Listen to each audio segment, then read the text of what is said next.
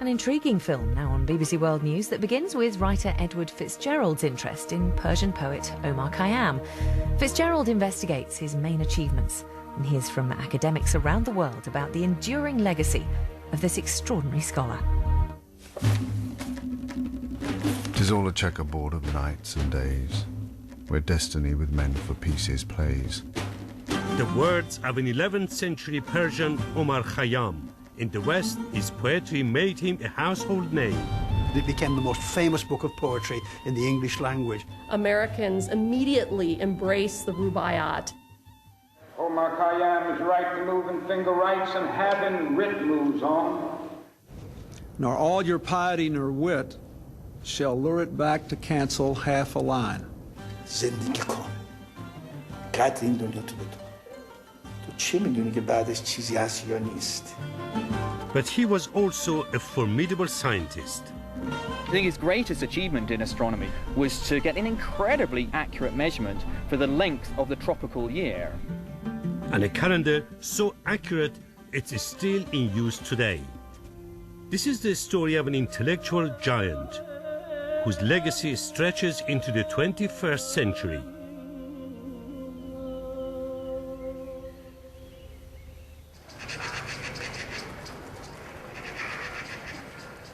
I've always been attracted to his poetry and his philosophy.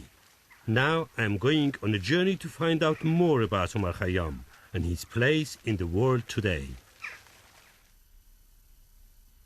Abul Fath Umar ibn Ibrahim Khayyam was born in Persia in the city of Nishabur in 1048 in the province of Khorasan. Here, east met west on the Silk Route and the gateway to the ancient civilizations of China and India.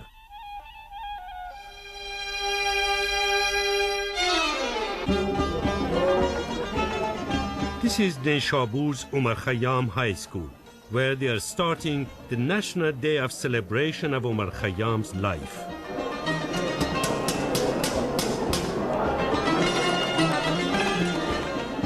شازان انشالله باز هم تاریخ امثال اینها رو داشته باشه و انشالله کثر الله امثالهم این صلوات مجدد.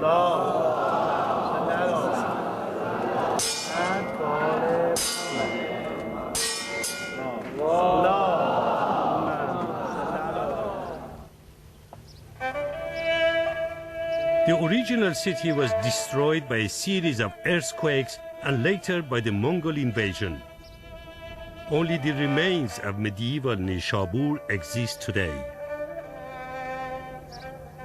What kind of city was Nishabur? It's a very large city. I think no one can say quite how large, but by the standards I would have thought of any city in Europe at the period except Constantinople.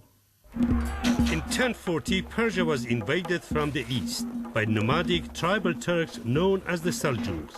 They defeated the existing rulers and made Nishabur the first capital of their new empire. They came in substantial but not overwhelming numbers. They came already converted to Islam. They knew what cities and settled agriculture were like, and they did not come to destroy. At the time of Omar Khayyam, the ruling king Malik Shah and his chief minister Nizam al-Mulk opened colleges across the empire. Most important were the Nizamiye, where some of the finest scholars impressed young minds. Omar Khayyam was one such student. استادان از سراسر جهان اینجا میان برای به فیض رسوندن دانشیان از سراسر جهان اینجا میان و نام نیشابور را به عنوان افتخار به دنبال اسمشون یدک میکشن و به شهر دیار خودشون میبرن. بر تقدیر زمان خیام اوج اقتدار و عظمت فرهنگی نیشابور تلقی میشه و خیام در این زمان درخشید در مدارس نظامیه و تحت درس خوندن تحت استفاده از فیوزات امام الحرمین که یک از شخصیت‌های بلندپایه جهان اسلام بود به این درجه و مقام میرسه به گونه‌ای که بعد می‌بینیم نامشو بر یک از حفره‌های کره ماه می‌گذارن یا یک از اقمار سیارک‌های منظومه شمسی رو به نام این شخصیتی نامگذاری می‌کنن که از این شهر برخاست و نام نیشابور رو بلند آوازه کرد. What kind of ruler was Malik Shah? Do we know much about him? His period of rule is a kind of partnership between the great Persian bureaucrat and the Seljuk ruler.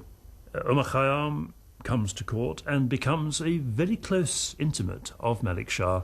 The word used for such courtiers is Nadim, and Omar Khayyam is clearly that. And it's not just that he's a nice person to have a drink with, but because he has skills and knowledge that are of value to the ruler.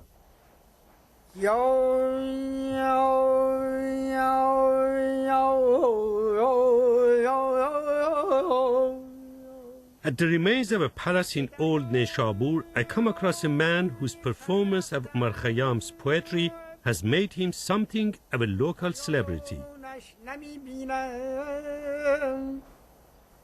شما خودتون از کی به خیام علاقه‌مند شدید؟ من 12-13 سال بیشتر نه. من تا 60 سالگی که نمیخوندم. میخوندم اما تو خیام بیام، تو تهران برم.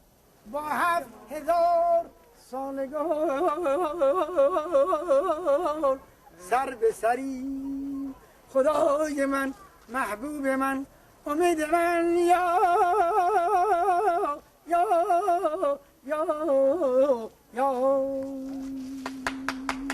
اینم به سلامتی خدا.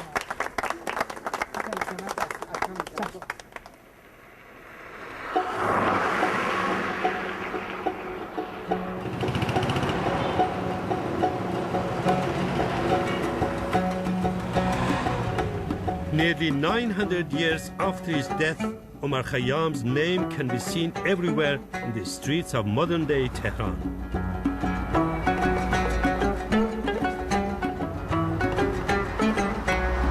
Even one of the metro stations is named after him. I'm going to see a man who knows a lot about Omar Khayyam. He has written a book about Khayyam known as May and Mina, which means wine and the wine glass. He also edits a very famous literary magazine known as Bukhara. His name is Ali Dehbashi. He's very respected in Iran's literary community.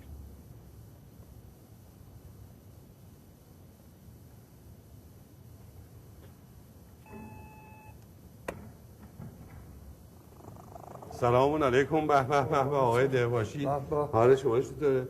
خوب هستی؟ دیده ما روشن. قربون شما، خوب هستین؟ خیلی ممنون.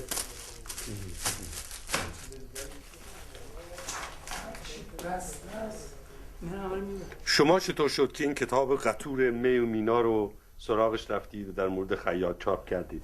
اصلا من هم در پاسخ در واقع به کنجکاوی‌های خودم اول که چرا اینقدر همه خیام میخونم، مهمترین مقالات در چند زمینه از زندگی خیام، یکی اندیشه ها، شعرش، مسائل ریاضی و آنچه که غربی ها دربارش گفتن. سعی کردم با توی حجم اینجوری 700 صفحه‌ای یه تصوری از آنچه که خیام میتونسته باشه به دست بدم.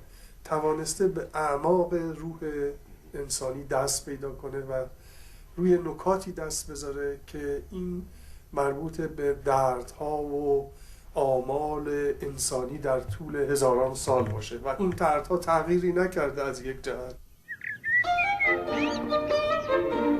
These universal sentiments made Khayyam popular in the West.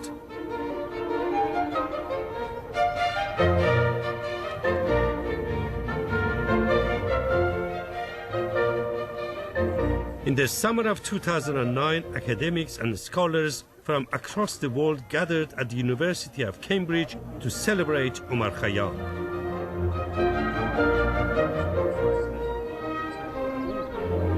At the post-conference garden party, I meet Sir Nicholas Barrington, a trustee of the Ancient India and Iran Trust. شما از خیام چیزی شعر بلد هستین؟ Well, why not? Why not? Yes. چی بلدین از خیام شما؟ What is it? یاران چه به اتفاق دیدار کنید، باید ز دوست یاد بسیار کنید. چون باده گوشگوار نوشید به هم، نوبت که به ما رسد نگونسار کنید. The man who made Omar Khayyam's poetry famous in the West was a reclusive man of letters, Edward Fitzgerald, whose circle of friends included literary giants Alfred Lord Tennyson and William Makepeace Thackeray. Fitzgerald came from a very wealthy Anglo-Irish family, and it's said that his parents were some of the richest people in England. And he had a privileged and, so to speak, rather idle life. He went to Cambridge and he never had a job, never had a profession. He was what the Victorians would have recognized as a bachelor. The main emotional center of his life was friendship, almost always with men. And he became friends with a young, self-taught linguist called Edward Cowell.